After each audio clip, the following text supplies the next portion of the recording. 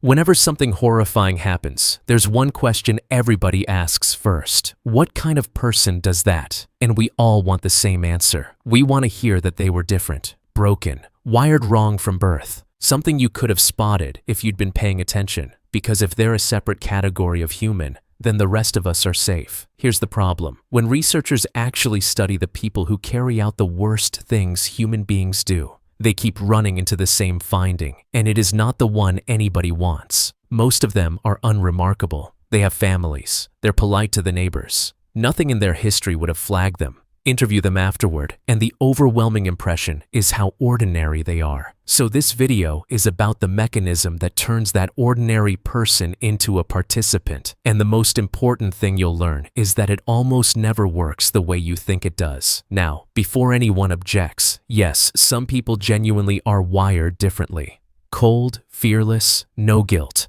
That's real. It's measurable, and it's about 1% of the population. But run the arithmetic.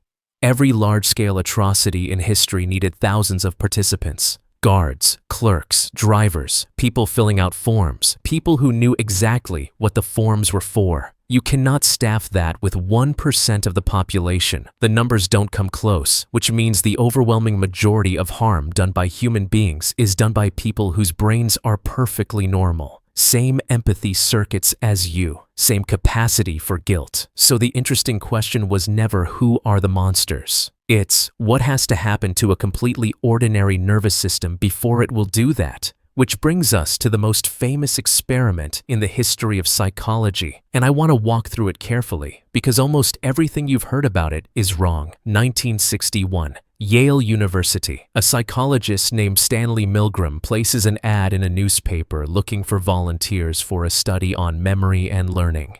You show up. You're told you'll be the teacher. Another volunteer, actually an actor, is the learner, strapped into a chair in the next room. Your job is to ask him questions, and every time he gets one wrong, you deliver an electric shock. The shocks start at 15 volts, and with every mistake, you move one switch further up the board. At 75 volts, you hear him grunt. At 120, he shouts that it hurts. At 150, he says he wants out. He has a heart condition. At 300, he's screaming and refusing to answer. Past that, he goes silent. The board goes up to 450 volts. Under the final switches, it just says, danger, severe shock. And if you hesitate, a man in a lab coat says one of 4 things to keep you going. Now, how far do you think the average person went? In the best-known version of the study, 65% of participants went all the way to the end. Not sadists, not soldiers, ordinary men who answered a newspaper ad and who, by that point, were sweating, shaking, some of them nervously laughing,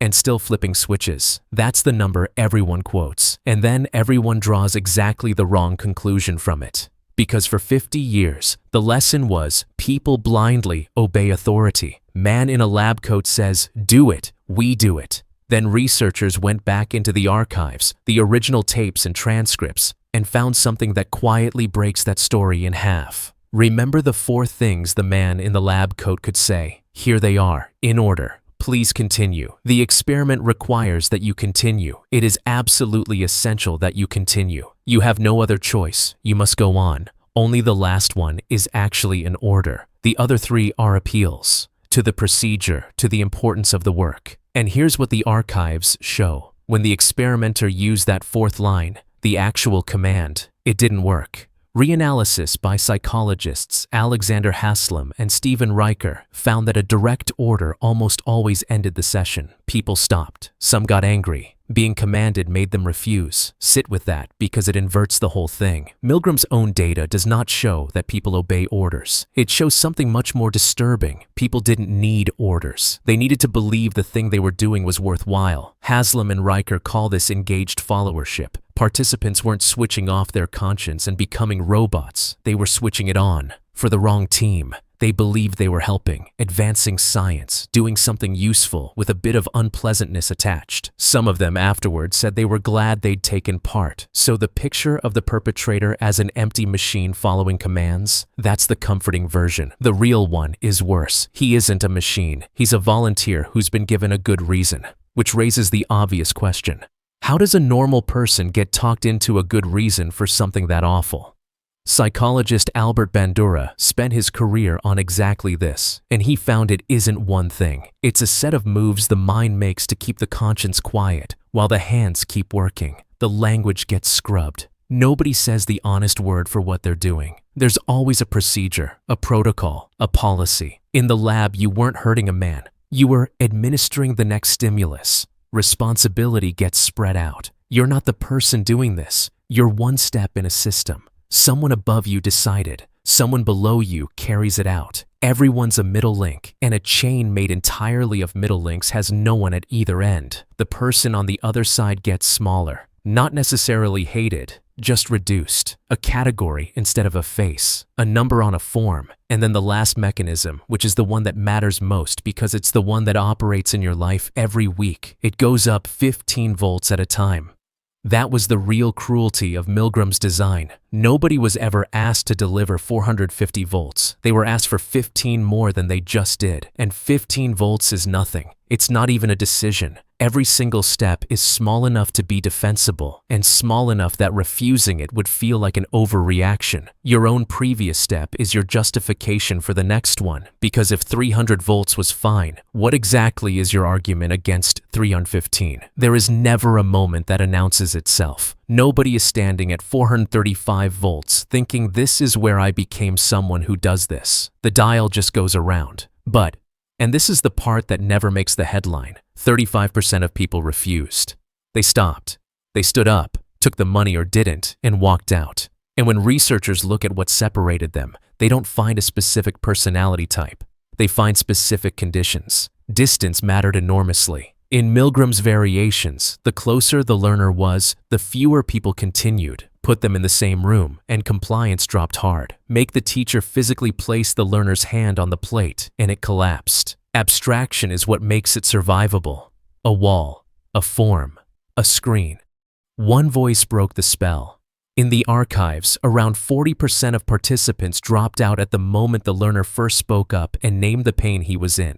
Not screamed, spoke. The instant he became a specific person with a specific complaint, a huge chunk of people were done, and other people refusing was decisive. In the version where 2 other teachers rebelled first, almost everyone followed them out. Almost nobody, on their own, is the first to say no. Almost everybody will be the second. That's the practical takeaway, and I'd take it more seriously than anything else here. The person who objects first isn't just objecting. They're issuing a permission slip to everybody in the room who was waiting for one. Now the uncomfortable bit. Everyone watching this is currently thinking, I'd have walked out. And you might be right, but there's a well-documented bias sitting underneath that confidence. When we judge other people's behavior, we reach for their character.